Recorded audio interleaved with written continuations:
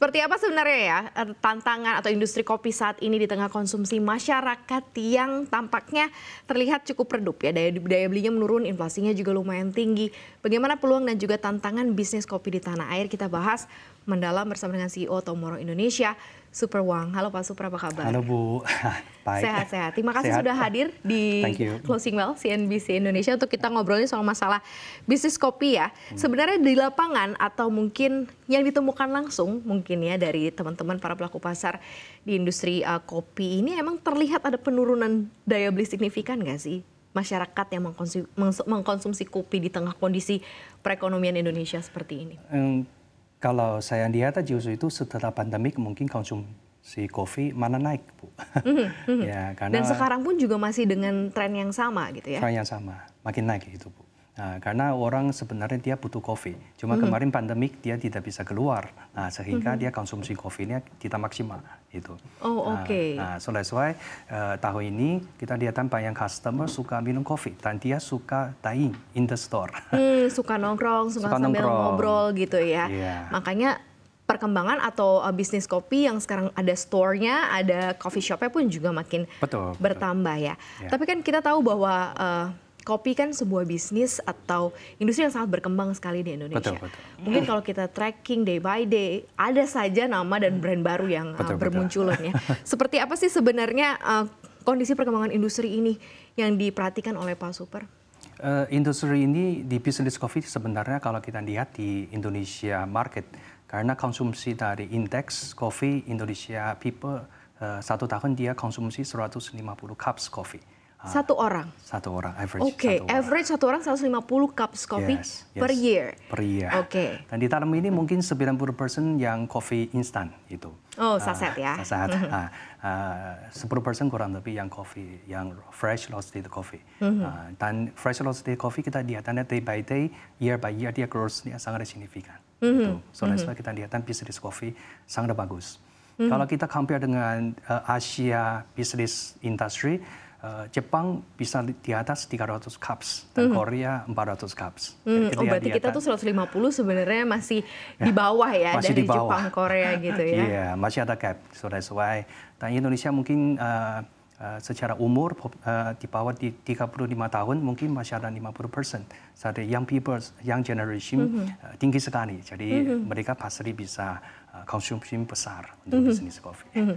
Tapi kan akhirnya semua berlomba-lomba menawarkan sesuatu yang berbeda gitu ya, sesuatu yang punya experience sendiri. Akhirnya bukan cuman kayak memperkenalkan atau lebih kepada taste of the coffee, tapi experience apa yang kita bisa rasakan setelah kita meminum sebuah kopi dari satu coffee shop gitu ya. Nah, ini seperti apa sih sebenarnya tantangan yang dihadapi gitu dari sisi pelaku pasarnya sendiri gitu ya, untuk menawarkan sebuah experience itu kepada para pecinta kopi di Indonesia? Sebenarnya Indonesia sudah punya budaya kopi sudah cukup lama ya, 800 tahun. Jadi dari sisi Tomorrow Coffee, nomor satu kita sangat concern ke kualitas of the coffee. So kita 100% pakai Arabica coffee. Ini nomor satu. Kedua, kita harus concern ke konsisten kualitas. Konsisten kualitas kita juga tahu secara barista kita sangat challenging untuk yang jaga konsisten kualitas. So kita pakai 100% mesin kopi dari Swiss punya, kita full automatic coffee. Sehingga kita bikin kopi sangat konsisten dengan full automatic mesin itu. Nah, ketika kita juga pakai water filter, water purifier supaya jaga kualitas of the water, sehingga bagus sekali itu. Nah, so ini adalah ke offering dari Tomorrow Coffee. Oke. Ini kalau kita bicara mengenai kopi kan pasti ya ingredients utamanya adalah coffee, pasti kopinya, biji kopinya gitu ya. Kalau Tomorrow pakainya memang Arabica yang 100% from mana atau dari mana? Apakah memang dari Indonesia semuanya yang dipakai atau mungkin ada ngambil dari beberapa biji-biji kopi luar kalau yang dipakai di Tomorrow? Ya, kita pakai Indonesia. Kita pernah pakai Indonesia di Bali Kintamani sebagai SOE Coffee. Ini kita bikin Master SOE Coffee. Ini paling top quality. Kita juga berharap kita bawa Indonesia Coffee keluar. Dan kita pernah pakai yang home blend dengan yang Indonesia Coffee dari yang Aceh Kayo, Forest dan lain-lain. Ya, bikin home blend. Tapi 100% dari Arabica juga. Dari sisi kita juga sudah punya roastery factory. Kita juga berharap bisa bawa semua kualitas the best dari dunia bisa bawa ke Indonesia supaya masyarakat bisa coba the best kualitas kopi dengan affordable price. Oh, itu yang paling penting ya. Bisa memenuhi daya beli masyarakat gitu ya, bisa terbeli affordable price ya. Betul. Nah, kalau dilihat dari penggunaan biji-biji kopi di dalam negeri sendiri ini memang kerjasama dengan para petani ataukah seperti apa sistem yang dilakukan oleh Tomorrow Kopi dalam mengambil biji kopi pilihan? Kita ada partner, dia langsung kerjasama dengan yang petani langsung gitu. Ada partner kita, bantu kita sourcing. Di daerah mana banyak? Di Bali. Di Bali, oke. Di Bali Kintamani. Dan itu memang sudah plannya dan memang langsung begitu ya, langsung bekerja sama dengan petani. Jadi bukan hanya industri kopinya yang berkembang, tapi para petaninya juga ikut sejahtera begitu ya dengan adanya kerjasama ini. Nah kalau sekarang kan sudah berapa sih gerai Tomorrow Kopi? Kita sudah 500 gerai dan 90% gerai kita yang direct store. Oh oke, yang dari dalam 1,5 tahun. Dalam 1,5. Kalau 500 itu tersebar dari Sabang sampai Merauke? Kita sudah sebar ke 26 city.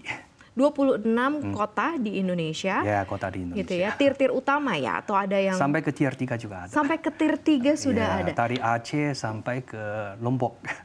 Dari Aceh sampai dengan Lombok. Nah, itu screen out-nya seperti apa ya? Karena kan ya memang ini sudah bukan pandemi, tapi kita tahu bahwa ketika tren pandemi coffee shops kadang nggak perlu ada store-nya ya, karena cukup mereka punya satu seperti corner gitu ya, tidak terlalu besar tapi mereka bisa terima orderan buy online. Tapi kan kemudian Tomorrow berekspansi dengan 500 gerai sampai tier 3 gitu ya.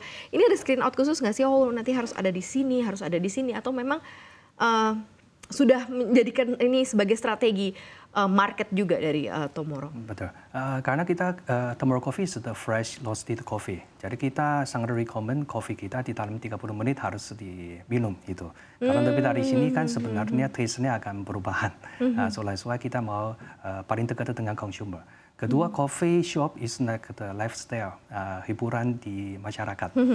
Karena sekarang di coffee shop kita juga sediain AC, sediain wifi, tempat colokan charger. Sehingga ada yang mau kerja atau mau bisnis, mau lifestyle, semua bisa di coffee shop kami. Oke. Jadi memang diberikan fasilitas juga bukan hanya buat ngopi gitu ya, tetapi juga bisa melakukan aktivitas yang lain. Nah, respon dari para pembeli seperti apa? Apakah memang saat ini juga cukup banyak yang marak berkunjung ke store, ataukah artinya penjualan offline or online pun juga bisa balance, atau sekarang lebih banyak offline justru malah orang banyak datang ketimbang pesan langsung secara online? Apalagi tadi yang dibilang sama Pak Wong, Pak Syukur adalah 30 menit harus diminum ya. Kalau kita pesan online kan pesannya sampai rumahnya gitu ya, mungkin itu kayak lebih dari 30 menit nih. Seperti apa? Betul. Sebenarnya di offline sama online, di offline tetap lebih besar sedikit.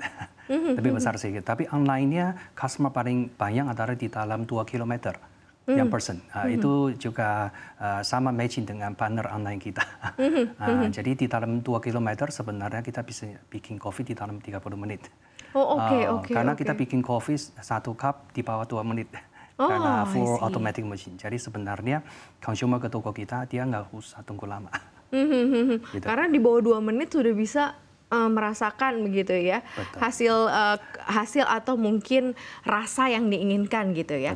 Nah, investasinya seperti apa nih Pak Super? Artinya kan membutuhkan investasi yang cukup besar. Apakah kemudian seperti apa pemberlakuan per masing-masing store ya? Mungkin tier 1 ada berbedanya sedikit dengan tier 2 atau tier 3 daerah-daerah di Indonesia, karena kan kita memang daerahnya banyak ya, beririsan kabupaten, kota, provinsi, banyak sekali Indonesia ini. Ini seperti apa nih investasi yang dibutuhkan, sekaligus juga teknologinya apa yang digunakan? Investasi sebenarnya secara device kita sama semua, ada coffee machine, terus ada oven dan lain-lain, sebenarnya sama semua itu.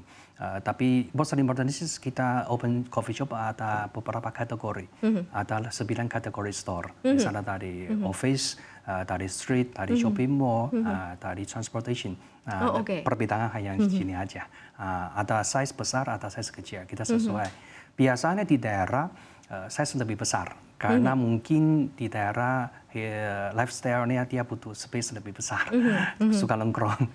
Nah, kalau di tier 1 city karena sewa rental lebih mahal, ya mungkin size-nya nggak bisa maksimalin. Gitu sih.